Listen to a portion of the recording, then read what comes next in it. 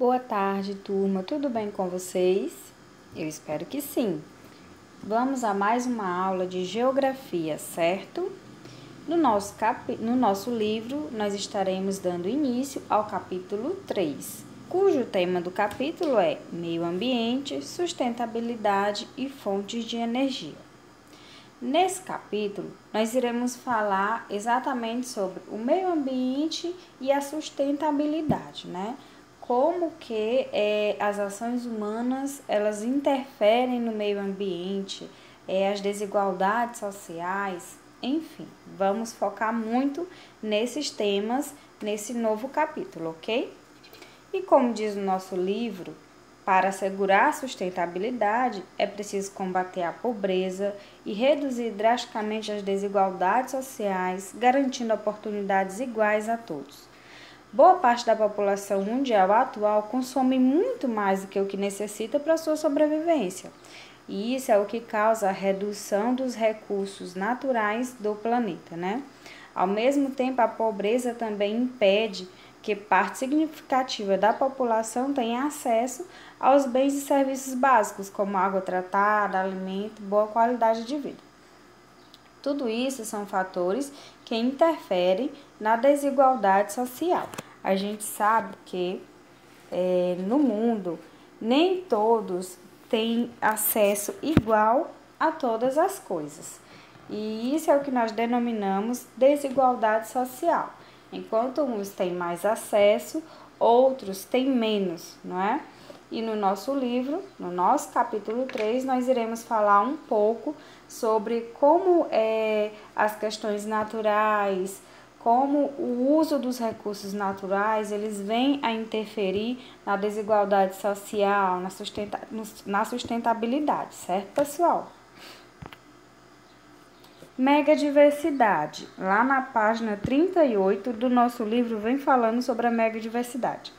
E o que é a megadiversidade, gente? São países que abrigam grande diversidade de espécies em seu território. Então, os países que abrigam grande espécie, de diversidade de espécies em seu território, eles são chamados de países megadiversos. E o Brasil, ele é o primeiro colocado entre os 17 países mais ricos em biodiversidade. Então, nós temos aí o Brasil liderando na megadiversidade, né, pessoal? Mas o que é a biodiversidade? A biodiversidade ela é toda a variedade de espécies de flora, fauna e micro-organismos e a relação entre os organismos vivos, certo, pessoal? Países localizados em áreas de climas quentes e úmidos, com vasta floresta e variedade de espécies, eles concentram uma parcela maior dessa megadiversidade. Por quê? Porque esse clima ele vai favorecer a reprodução de inúmeras espécies. É um clima na verdade, é um território com climas mais quentes e mais úmidos que vai favorecer que as espécies se reproduzam mais, que haja mais diversidade na reprodução das espécies.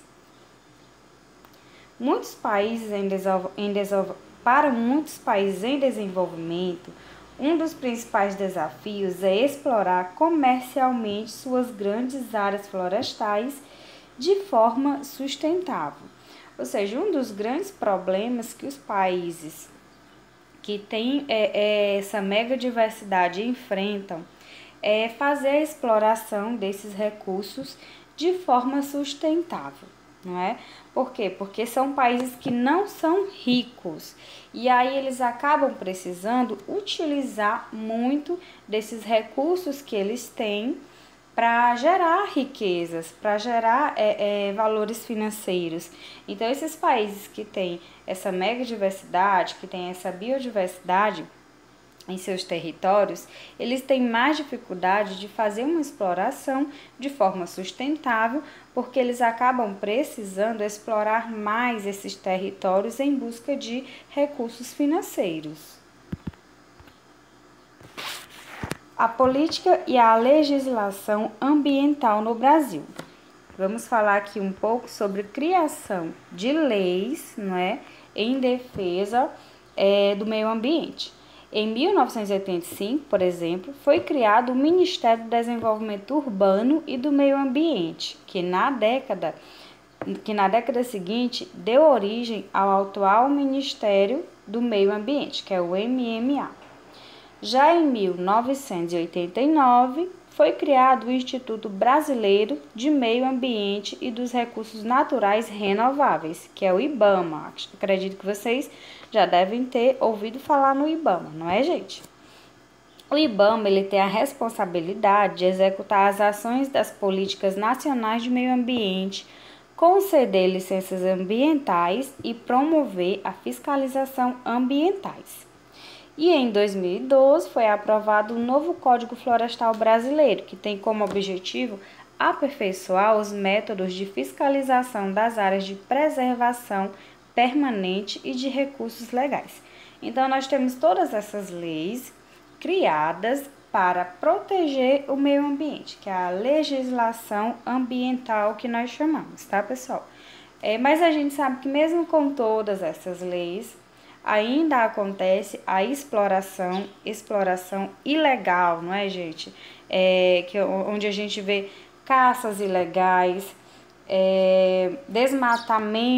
desmatamentos ilegais, onde são extraídas das florestas árvores, sem ter em vista a questão da sustentabilidade, apenas mesmo por finalidade lucrativa, só por explorar. Então, mesmo com todas essas leis, a gente sabe que existe essa exploração ilegal do meio ambiente. E as unidades de conservação. O que são as unidades de conservação? No Brasil, o governo criou unidades de conservação.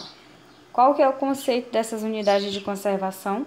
São espaços territoriais, incluindo seus recursos ambientais, com características naturais relevantes, que têm a função de assegurar a representatividade de amostras significativas e ecologicamente viáveis das diferentes populações, habitats e ecossistemas do território nacional e das águas jurisdicionais, preservando o patrimônio biológico existente. Então, esse é o conceito de unidades de conservação.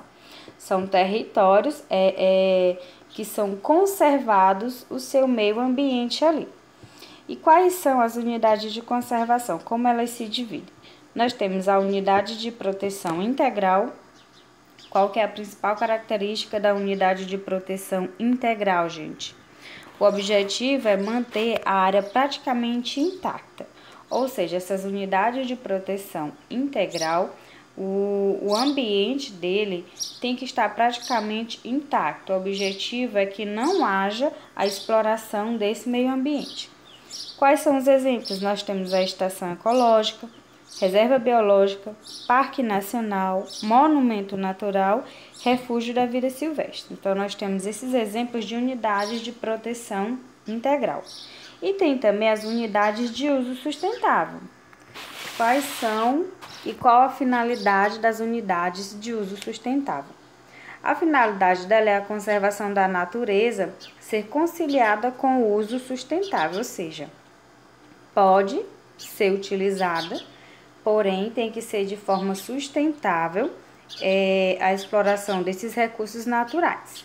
Aí, como exemplos, nós temos a área de proteção ambiental, área de relevante interesse ecológico, floresta nacional, temos também reserva extrativista, reserva de fauna, reserva de desenvolvimento sustentável e reserva particular do patrimônio natural. Então, todas essas reservas, elas são unidades de uso sustentável, onde podem ser realizadas extrações de recursos naturais, porém de forma sustentável, sem prejudicar a natureza, certo, pessoal?